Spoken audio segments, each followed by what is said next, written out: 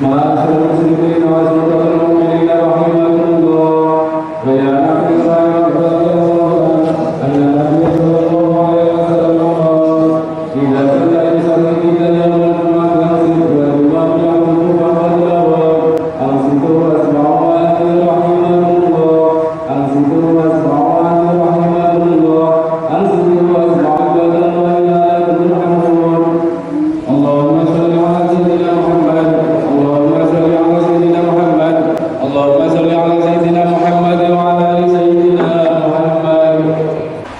السلام عليكم ورحمة الله وبركاته.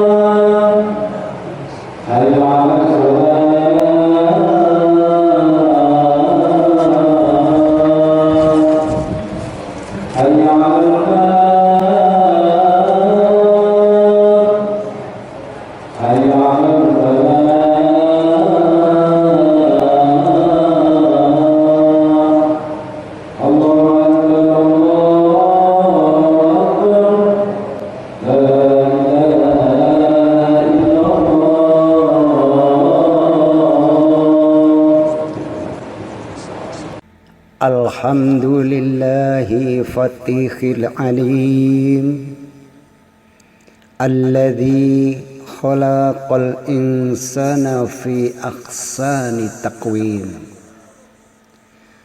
وأشهد أن لا إله إلا الله الوحيد الحكيم وأشهد أن محمدا عبده ورسوله رؤوف رحيم. اللهم صل وسلم على سيدنا محمد الكريم المنزل عليه وإنك لعلى خلق العظيم وعلى آله وأصحابه الذين أطربه بقلب سليم. أما بعد فيا عباد الله اتقوا الله رب العالمين واعبدوا الله مخلصين له الدين واعبدوا الله حتى يأتيكم اليقين ولتكن منكم أمة يدعون إلى خير ويأمرون بالمعروف وَيَنْهَوْنَ عَنِ الْمُنْكَرِ وَأُولَئِكَ هُمُ الْمُفْلِحُونَ. Hadirin yang dimuliakan Allah Subhanahu wa taala. Marilah kita tingkatkan takwa kita kepada Allah Subhanahu wa taala dan juga gotong royong untuk mewujudkan takwa ini dalam diri kita, keluarga kita dan seluruh umat baginda Nabi Muhammad sallallahu alaihi wasallam. Allah Subhanahu wa taala tidak hanya memerintahkan kita untuk mengamalkan agama, tetapi juga memerintahkan kepada kita untuk gotong royong menjalankan agama.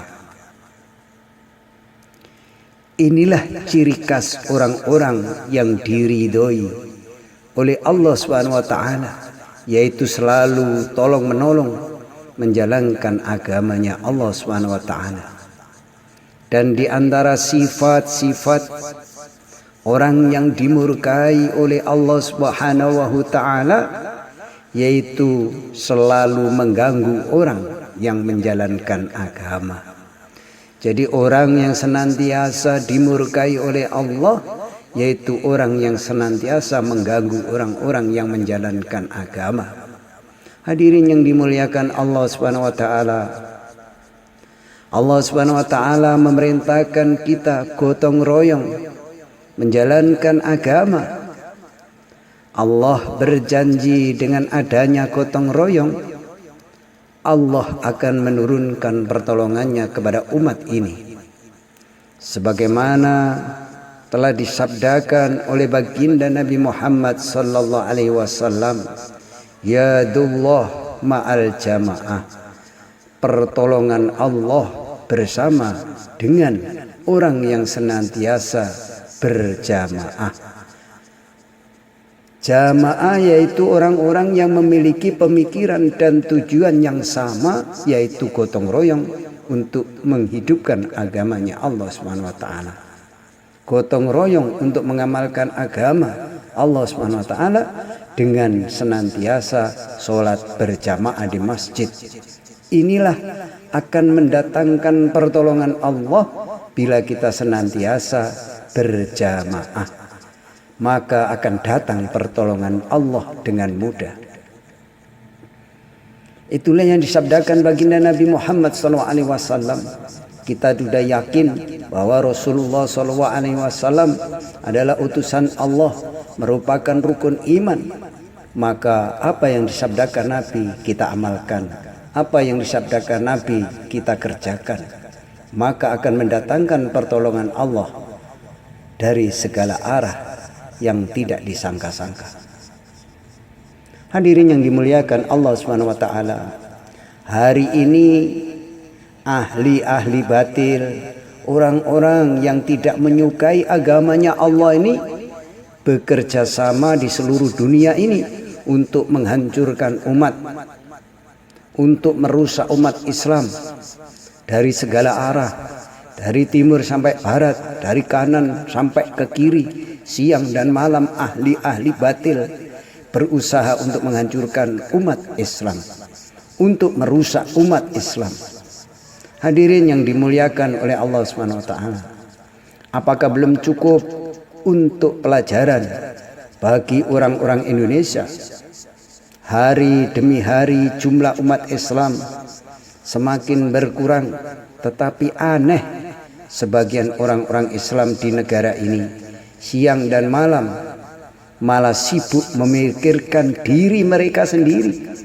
Bukan hanya itu hadirin, mereka berusaha menghalang-halangi, bahkan merintangi orang yang menjalankan kebaikan, dan mereka berusaha menyulutkan api pertikaian dan permusuhan. Hadirin yang dimuliakan oleh Allah Subhanahu wa taala, inilah perkara-perkara yang menjadikan gembira ahli-ahli batil dan menjadikan susah orang-orang yang sayang kepada umat.